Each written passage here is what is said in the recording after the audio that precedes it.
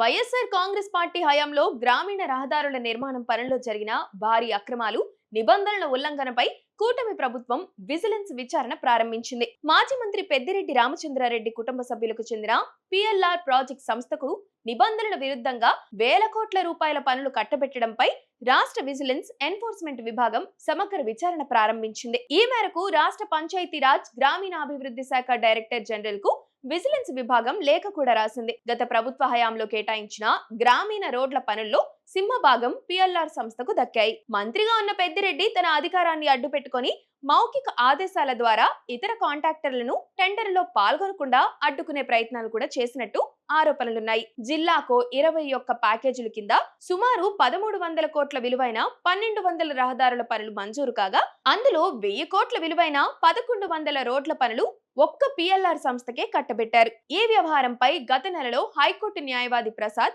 ప్రభుత్వానికి ఫిర్యాదు చేశారు. నిబంధనల ప్రకారం టెండర్లు నిర్వహించలేదని, కేవలం ఒక సంస్థకు లబ్ధి చేకూర్చేలా అధికారులు వ్యవహరించారని ఆయన తన ఫిర్యాదులో పేర్కొన్నారు.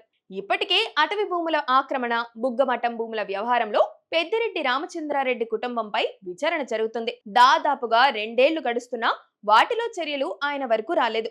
ఈ రోడ్లపై విజిలెన్స్ విచారణలో వాస్తవాలు తేల్చాలంటే రోజుల్లోనే పూర్తి చేయొచ్చు. కానీ పెద్దిరెడ్డి లక్ ఏంటో గానీ ఆయన సేఫ్ గానే ఉంటున్నారు.